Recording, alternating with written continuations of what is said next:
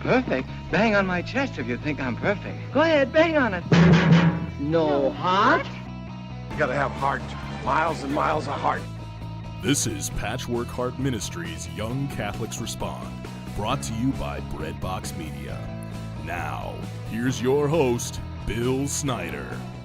Thanks, Adam, and welcome everyone to Young Catholics Respond. I am indeed Bill Snyder. It's great to be with you today. No matter how you're listening, whether it's on Breadbox, Patchwork Heart Radio, or Evangelism Radio, I'm glad you're with me today, and I have a wonderful guest, Matt Weber, with me today. He is an author of Loyola Press's book, Fearing the Stigmata, and he is also known as the Andy Rooney of Catholic TV. He is a graduate of Harvard University with a master's degree in technology, innovation, and education. From 2012 to 2014, he hosted the popular TV segment, A Word with Weber, on Catholic TV, and was featured in the national CBS News special along with comedian Louis Black and Father James Martin called What's So Funny About Faith? So Matt, welcome to the program. Thank you so much for joining me today on Young Catholics Respond. My pleasure. Good to be here. So let's talk about your books first. I mean, Fearing the Stigmata sort of is an autobiographical thing that talks about how you found faith as a young adult. What are the challenges? How did that all appear for you? Yeah, I think it was a unique experience. I was always someone who identified as a strong Catholic, someone who was born and raised Catholic, and went to Catholic schools my whole life. And sure enough, at age 25, I started a master's degree at Harvard University. It was my first non-Catholic school, my first non-Catholic community that I've ever been in. And it allowed me to re-examine my faith, to see if it was as strong as I thought it was, now that I was sort of living it outside of any of the Catholic bubbles I was particularly used to. And it allowed me to just really take a deep dive into why am I Catholic? What is being Catholic at age 25, and how is that different from how it was my whole previous 25 years? And I ended up finding that the first non-Catholic school that I went to made me a stronger Catholic than I ever thought I would. And it was a beautiful experience.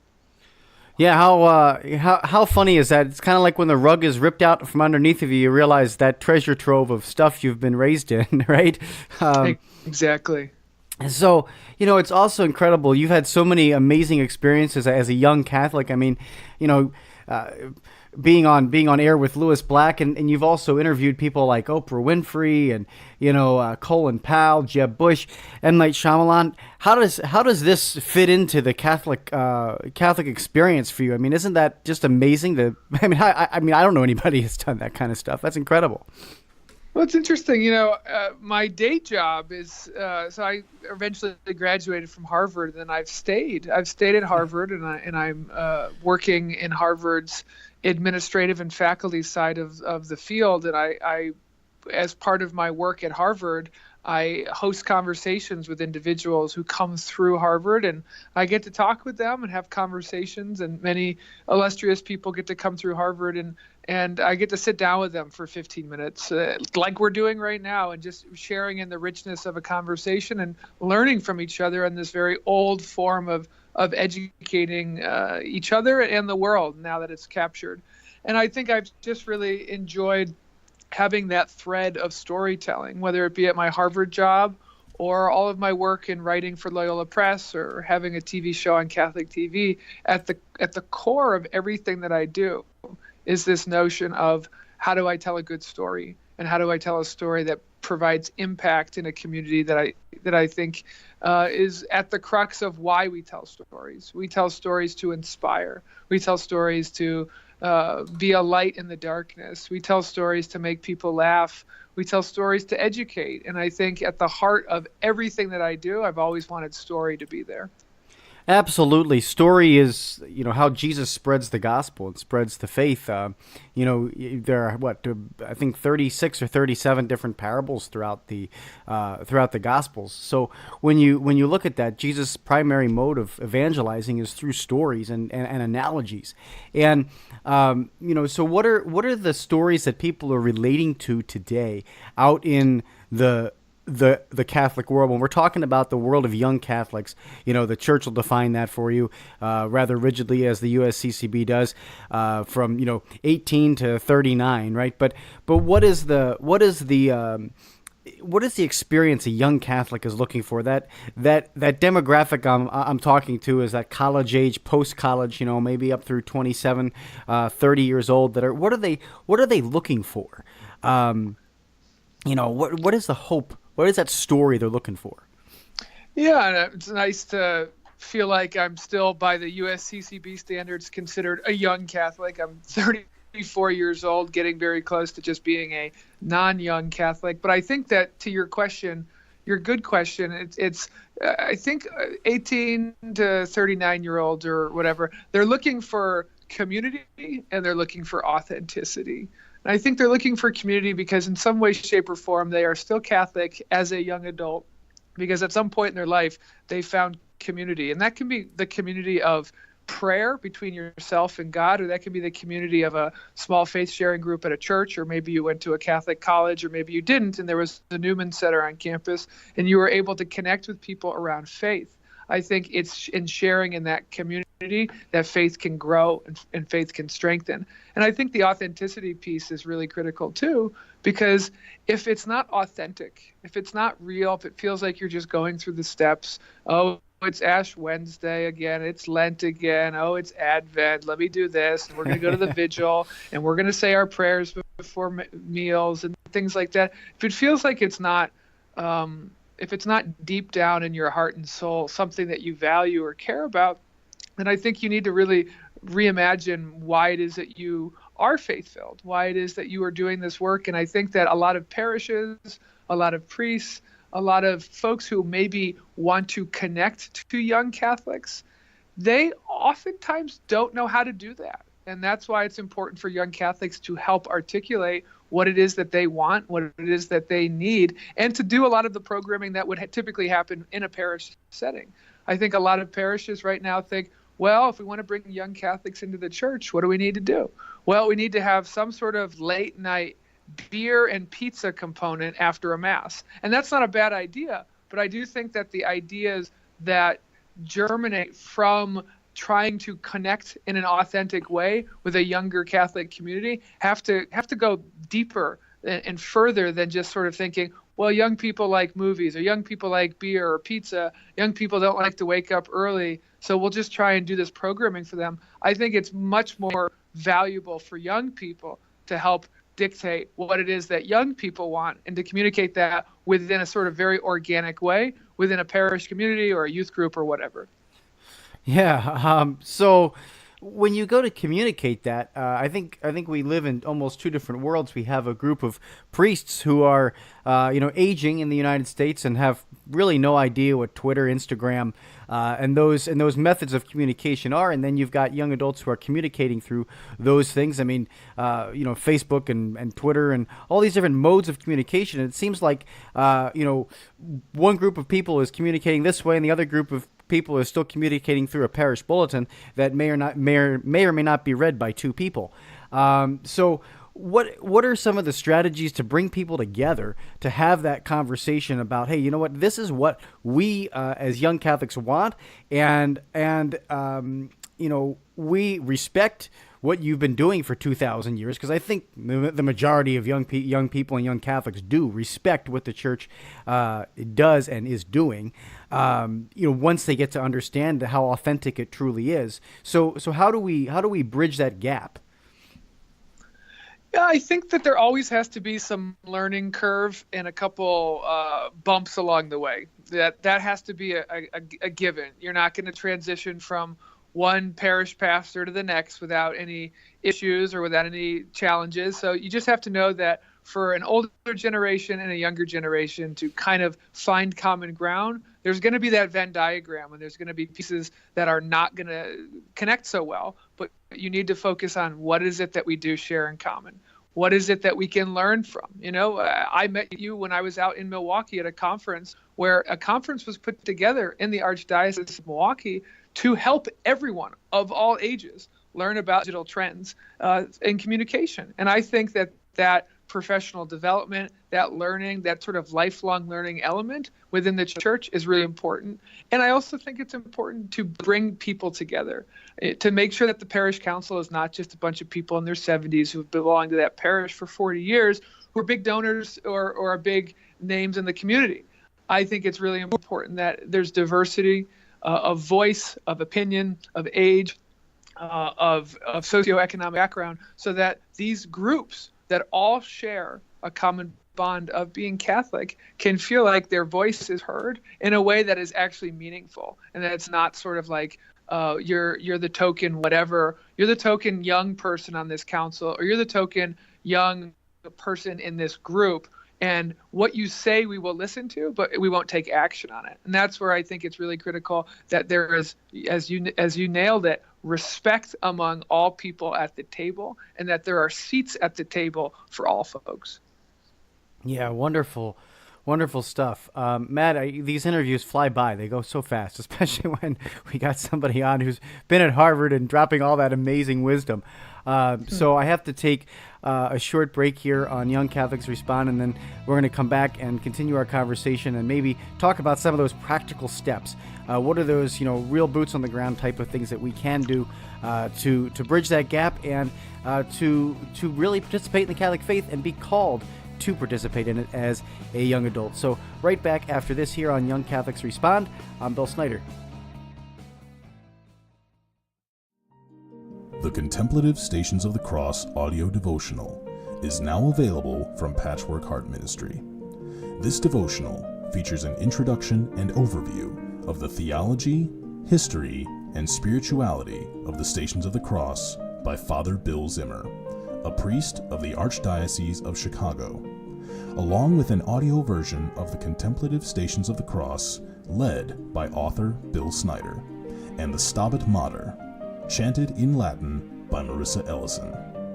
CDs are $7.99, and digital downloads are only $3.99. Copies may be purchased by visiting patchworkheart.org or calling 424-704-3278. That's 424-704-3278. Our Blessed Mother wants only the best for her children and has given us a special place where she promises to help all those who appeal to her motherly love and protection. Telling Saint Juan Diego that here I will alleviate the sufferings of all those who love me and seek my protection. That holy place is now the site of the beautiful Shrine of Our Lady of Guadalupe in Mexico City. If you would like to learn more about how you can visit this special place of grace, please visit vivaguadalupe.org for more information. Our Lady may be calling you now. Faith comes from what is heard, and what is heard comes by the preaching of Christ. But I ask, have they not heard? Do you seek to make Scripture a greater part of your daily faith journey? Would you like it readily available on your smartphone or tablet? The Truth and Life Bible app delivers to your mobile device the complete Catholic edition of the Revised Standard Version of the Bible with a concordance entirely free. You will also enjoy free content from Father Robert Barron's Word on Fire, Father Jim McElhone's Word Made Clear, Jeff Caven's The Great Bible Adventure, and the Catholic News Agency. In addition, you can hear the Gospel of Mark dramatically proclaimed by world-renowned actors and actresses like Blair Underwood, Neil McDonough, Kristen Bell, and many more. The full audio dramatization of the New Testament, along with the Ignatius Study Bible, can be purchased within the app. It is available on the App Store, Google Play, Amazon Kindle, and at downloadjesus.com. Your heart is always beating, but you never have to think about it. Welcome back to Young Catholics Respond. Once again, Bill Snyder. Hello, everyone, and welcome back here on Young Catholics Respond. I'm Bill Snyder, and today my guest is Matt Weber. He is a Catholic author, speaker, new evangelization minister, all kinds of amazing things that he does. Harvard graduate and works at Harvard as well. So just a bevy of experiences in the Catholic Church as a young Catholic. Can we talk a little bit about some of those practical steps as we were just getting to right before the break about the way that young Catholics can participate in the faith And, I mean, as you're talking about that parish council, right, that group of kids or that group of people that, might be more of an older demographic, how do we penetrate into that when we're small in number, right? When you look around the church, especially my two churches I work at, there's a lot of small number of Catholics in their 30s. So what do we do? How do we penetrate? How do we make our voice heard? I think it comes down to what and how is it that you want to contribute within a parish life, within a parish group, within a parish community. And I used to think that the Catholic Church didn't really know what to do with young Catholics until that they had children, until they got married. Then it was very easy. You bring your kids to Mass. We have all sorts of programs for parents and kids, and then there's a whole system to go through from the sacraments. So that there's this window up until confirmation. Let's say I made my confirmation at 17, from 0 to 17, where the church knows what to do with us. And then there's this, maybe you go to a Catholic college, maybe you don't, but from 18 to until you get married, we're not exactly sure how to connect with you, but we think you're going to come back once you have kids, you get your kid baptized, and then you're kind of locked in on that parish life again. And I remember being 25 years old, floating around from church to church in Boston, trying to figure out what church has something for me. And I ended up belonging to a really fantastic church on the BC campus that was not associated with BC. It was a Jesuit church, but it wasn't a university church. It was a diocesan church called St. Ignatius of Loyola. And the way I connected with that church was getting involved in something that I found joy in at that time in my life. And for me at that time, I played in the music group. I played in the contemporary music Mass every Sunday at 5:30 p.m. And for 2 years, that was the way in which I connected and communicated in that church. And there were a lot of young people in the music group, and we weren't called the youth group. We weren't associated with a youth group, but there happened to be people who shared a common joy of praise and worship music for God during this Mass. And that was where I found my community. And that is where I also learned more about the priest, learned more about the process, learned more about all of the experiences that come with parish life, that come with the Mass, that come with celebrating the sacraments. So I would say to anyone who's listening to this, what is it that you want to do to give back to your parish community at any age? And there may be a time when you're working on your public speaking and you're terribly nervous, but you love the Gospels. Well, go and at 23 years old, sign up to be a lector. There's no better way to put yourself as a young Catholic out in front of the entire community than by standing up at the podium reading first or second reading. There's no better way if you want to do music to get out there and get involved. Or be a Eucharistic minister, or be a greeter at Mass, or forget the whole sort of parish Mass life. What about the social justice programs at your church? What about all of the different community service organizations, homeless ministries that people should be getting involved in too, that are honestly so diverse in many ways that it is often unassociated with the sort of quote unquote parish life because it doesn't always happen in the church setting.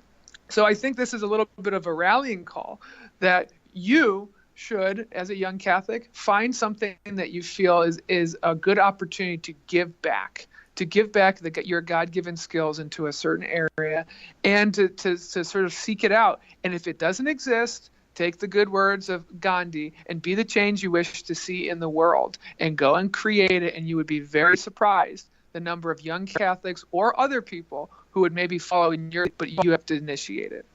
Absolutely. I think a lot of the millennials, I guess it's iGen now, that is coming up in this group of younger wave in high school right now, and you see this desire to do something different, but to be authentic, and I think you're hitting it right on the head when you're talking about if there's not something there for you, go create it. And we need a bevy of people out there spreading the gospel in different ways, right? You really spoke, especially when you're out in Milwaukee. You really spoke to me about the diversity of using the different mediums that are available to you, and it's okay to go and make mistakes using them. Sure. And so I think when we talk about that, don't be afraid. I mean, Pope John Paul II used to say it so many times over and over again, but don't be afraid to go and make mistakes. Our God is forgiving. Our church is forgiving. And, so I think you're right on point there. Talk to us a little bit about some of your work, and your newest book coming out. You've got a brand new book coming out. I guess it's Operating on Faith: A Painfully True Love Story, and it's available now. It's February 2016. Matt, talk to us a little bit about that. Yeah, that was my second book. My first book was a sort of coming of age into the faith in my 20s, and then my second book, Operating on Faith, is really about how do I experience faith within the context of both marriage. I got married at age 29, and then all sorts of hardships that came in that first year of marriage. There were some health problems that I had, and I almost died, and it was just very sort of strange year that's supposed to be the honeymoon phase that I found God both present and not present in the course of that year. And I was reflecting on what that means and where I found Jesus and ended up being in the kindness of my wife and the kindness of all sorts of people who took care of me in a year where I was incredibly vulnerable. And also that in a tough year, you can find a lot of humor and a lot of joy. And that was what that book is. That book looks at relationships. That book looks at marriage. That book looks at love, and that book looks at suffering. And as I was writing the whole thing, it was not a tragedy and it was not a comedy. It was a love story, and it was essentially a 35,000 word thank you note to my wife, who took very good care of me, who showed me a depth of love that I never thought I would know within the first year of my marriage, and it showed me the true kindness and love of Jesus for action. So that's actually my favorite book. My favorite book that I've written. I've only written two, but that one is meaningful to me at a deeper level because it is essentially my heart's drippings about my wife, and it's dedicated to her, and it's just a nice opportunity to have reflected on what some people would have considered a really bad year, but I would consider it one of the best years of my life. And a lot of fruit that comes out of the suffering. Mm-hmm. That's the gospel. That's the gospel story too, right? Absolutely. And the way in which the gospel shows itself in all of the strange places, hospital rooms or recovery rooms, just unbelievable how all those years of listening to the gospel, reading about them, hearing every component of my faith life in that one particular year, it all kind of came to the front, and was just a beautiful realization.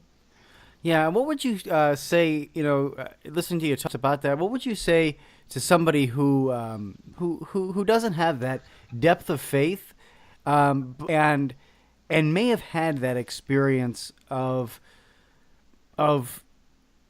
just that desolation, that time of desolation, that real difficult cross in their life, but they haven't yet experienced the love of Jesus. When you reflect on that experience that you went through, do you encourage people to also reflect on their painful experiences and the fruit that can come out of it? Yeah, I do. I mean, I'm not going to be the person who gets up here and says, oh, if you're not feeling close to God and you're having a tough time and you're experiencing hardships, just hang in there. God'll present himself. I'm not going to say that. That was the case for me. But I'll say this much. I always had hope and faith. And I never had the light dim to the point of being extinguished, and that my faith has been really strong at times, and during difficult times, it really does dim, but it's never been extinguished. And I think that in some way, shape, or form, I hope that most people can see some element of their faith or see some element of why at one point in their life they were or are religious, why this is important or valuable to them, and that they can not necessarily hold it so close to them if they're not feeling it, but know it's at least there if they ever do want to return to it, or at least flirt with it and see, is this a good time for me to revisit? And it may not be now, it may not be in 5 or 10 years, it may never happen, but I think knowing that it's just present, knowing that there is a church that is open. If you want to go back to it, you will not be carted. You will not be kicked out because you haven't been there in 10 years. And also knowing that it's hard to pray sometimes, and it's hard to feel like you have a relationship with God or with Jesus if you're not feeling really strong in that relationship. Try and think of new ways to pray. Think of prayers as a conversation rather than just something that's rote like a Hail Mary or Our Father. Think of it as a new way in which you can connect with the religious and the spiritual, and think of it as a new way that you can refriend and become new friends with God and Jesus. Wonderful. I think that's refreshing to a lot of young Catholics that they don't have to go and, recite 12 rosaries right now, when they get off of this, listening to this podcast, right? Mm-hmm. As we wrap up, I want to, ask you, number one, continue to promote, all the great work you're doing, on your website and whatnot. But what is that one thing that a young Catholic listening to this right now can do to take the next step in their Catholic faith? What's the next thing that this young Catholic should be doing in today's culture? I'll give you advice that I got when I was at Boston College, which was given to me by Father Hines, who is a Jesuit priest there. And he said, this is good advice for any young individual, but I'm going to apply it to any young Catholic. Ask yourself these 3 questions. Is what you want to do in life, is what you want to do at the end of this podcast, is it something you're good at? Is there a need for it? And does it bring you joy? And I think that whatever it is that we decide to commit our time to should in some way, shape, or form hit 3 of those points. Are you good at it? Is it something like you enjoy doing, right? Is it something that you are competent at? And is it something that there's a need for? And then also, not just does it make you happy, that's ephemeral. Does it bring you joy? Is it lasting? Is it something that's deep down, soul connecting? And I think if you can ask those 3 questions in the course of your young Catholic adulthood and have those 3 answers met, whatever it is you are doing, a job, vocation, commitment to life, service, work, whatever it is, I think that's a good way to be spending your time. Wonderful, Matt. Thank you so much for being with me today. Thank you so much for your wisdom. And your just amazing outlook on the way we as young Catholics can truly be active people in the world. Truly appreciate your insight, your wisdom, and thanks for being here. Thank you, Bill. You do a great job. Thanks. All right. Well, this has been an episode of Young Catholics Respond. All of us here at Patchwork Heart Ministry. I'm Bill Snyder. Keep beating to your Catholic heart. This has been an episode of Young Catholics Respond. For more information about our program or to be a guest, visit patchworkheart.org, email info@patchworkheart.org, or call 424-704-3278. That's 424-704-3278.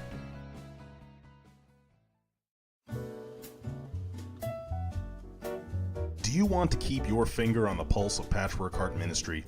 Follow our monthly blog, Written on Our Hearts. Simply go to patchworkheartministry.blogspot.com and click subscribe, and follow the on-screen instructions. That's patchworkheartministry.blogspot.com, then click subscribe.